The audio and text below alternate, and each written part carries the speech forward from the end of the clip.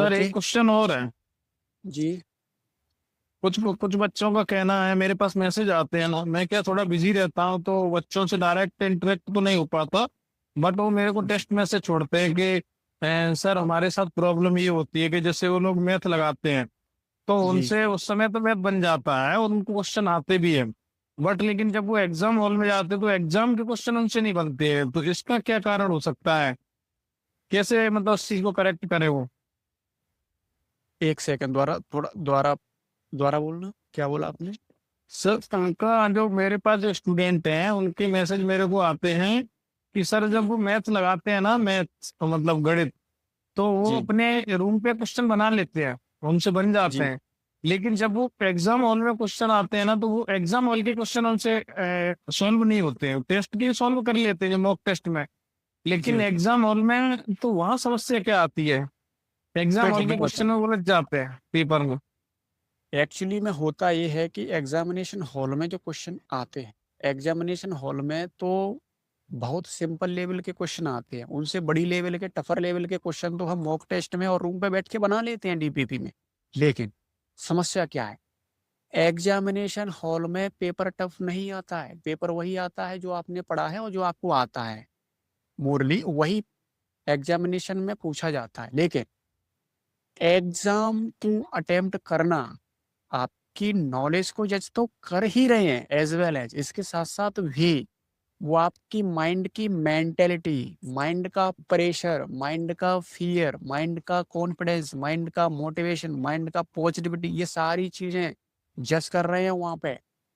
अब दिक्कत ये होती है कि जैसे ही हम एग्जामिनेशन हॉल में एंटर करते हैं, जब हम एग्जामिनेशन हॉल में एंटर करते हैं, पेपर हमारे हाथ में आता है, तो एग्जामिनेशन हॉल का जो टेम्परामेंट है ना, फियर प्रेशर इतना ज्यादा हमारे माइंड पे हो चुका होता है कि हम अपना आपा खो चुके होते हैं।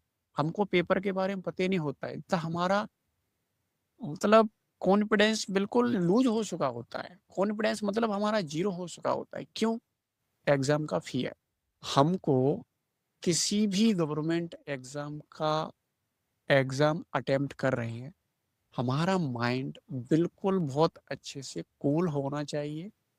एग्जामिनेशन हॉल में हमने एंटर किया, हमको जो फाइनल पेपर है बिल्कुल एक मॉक टेस्ट की तरह अटेम्प्ट करना है। एग्जाम को एक बहुत बड़ा एग्जाम समझ के नहीं चलना है, एग्जाम होता तो है ही लेकिन समझ के नहीं चलना है।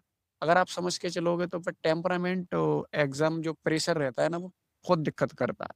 तो हमको वहाँ प्रेशर में थोड़ा सा दिक्कत हो जाती है बच्चों को, कि हम एग्जाम का जो फियर होता है, बहुत सारे बच्चे हमारे सामने बैठे होते हैं, नए नए बच्चे होते हैं, पहली बार देखा होता है, ऊपर से एग्जाम का फियर, एग्जाम के फियर के बाद माँ बाप का प्रेशर, खुद के कैरियर का प्रेशर, खुद के ड्रीम का प्रेशर इतना ज्यादा हो चुका होता है कि हम ऑटोमेटिक डर आने लगता है। तो वो डर की वजह से पेपर में क्वेश्चन गलत होते हैं। क्वेश्चन तो हमें आते हैं, उन्हीं क्वेश्चनों को हम रूम पे आके बैठेंगे, हम सोल्व कर लेंगे, कोचिंग में आके बैठेंगे सोल्व कर लेंगे, कोई दिक्कत नहीं है। क्यों?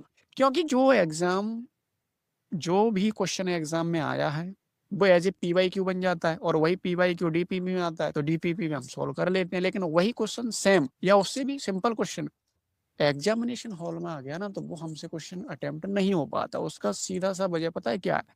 फियर, कहीं ना कहीं एग्जाम का प्रेशर, एग्जाम का टेम्परामेंट।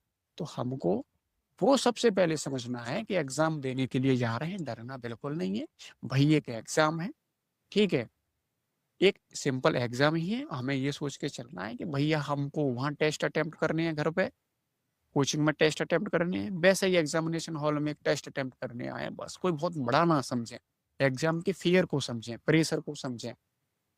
आप इनमें उलझ जाएंगे, इसलिए हमसे आते हुए सवाल और सिंपल सवाल भी गलत हो जाते हैं। तो मेन चीज रहती है एग्जाम का प्रेशर और टेम्परामेंट, इसको इंसान पहली बार में नहीं समझ पाता। ये मेन रीजन है इसका। हाँ आपने ठीक सर। है। जी सर। जी सर, आपने बहुत बढ़िया जवाब दिए।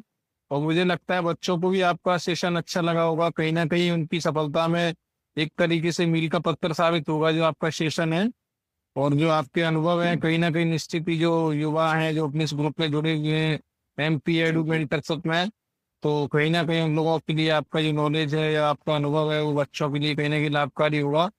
और आपने अपना कीमती समय दिया, हम आपका आभार व्यक्त करते हैं कि अपना अपना कीमती समय निकाला। और आगे भी मुझे लगता है, उम्मीद करते हैं कि आप अपना कीमती समय जो बच्चे इतने से जुड़े हुए हैं तो उन लोगों को देते रहोगे। और कहीं ना कहीं जो बच्चे मतलब कहीं ना कहीं सफल होने से अटक रहे हैं, जो उनको ज्यादा टाइम लग रहा है, तो कहीं ना कहीं वो बच्चों को जल्द सफलता मिल जाएगी। और जो नए लोग हैं उन लोगों को भी कम समय में सफलता मिल जाएगी आप लोगों के आपके मार्गदर्शन में। और आपका धन्यवाद कि आपने सेशन लिया और हमारे इस प्लेटफॉर्म को इतना अपना कीमती समय दिया। आपका पुनः एक बार धन्यवाद व्यक्त करते हैं। आपका बहुत बहुत वेलकम इनवाइट करने के लिए, और बच्चों के लिए दुआएं जी। कामनाएं करते हैं कि बच्चे अच्छा तैयारी करें, और कोई भी दिक्कत आए तो पूछे, और बढ़िया बिंदास तरीके से तैयारी करें, अपने माँ बाप का सपना पूरा करें, और माँ बाप को अपनी मध्य प्रदेश शासन, भारत सरकार का उपक्रम ऐसी गाड़ी में बैठ के घुमाने का मौका दें। बहुत खुशी और बहुत प्राउड फील होगा। जी तो बच्चों, आज के लिए इतना ही। 1 घंटा हो गया। और अभी अगले जो सेट इसके बाद जो फोर्थ संडे रहेगा मंथ का, तो उसमें अपन कोशिश करेंगे अवधेश सर को एक बार फिर से लाएंगे। जो बच्चे आज सेशन को ज्यादा ज्वाइन नहीं कर पाए या जो लोगों तक वो नहीं पहुंच पाए, वो अगली बार सर को सुने लाइव। और आज सर का समय आपने दिया, सबने सर का एक बार पुनः आभार व्यक्त करते हैं। और सभी बच्चों को एक बार पुनः गुड नाइट।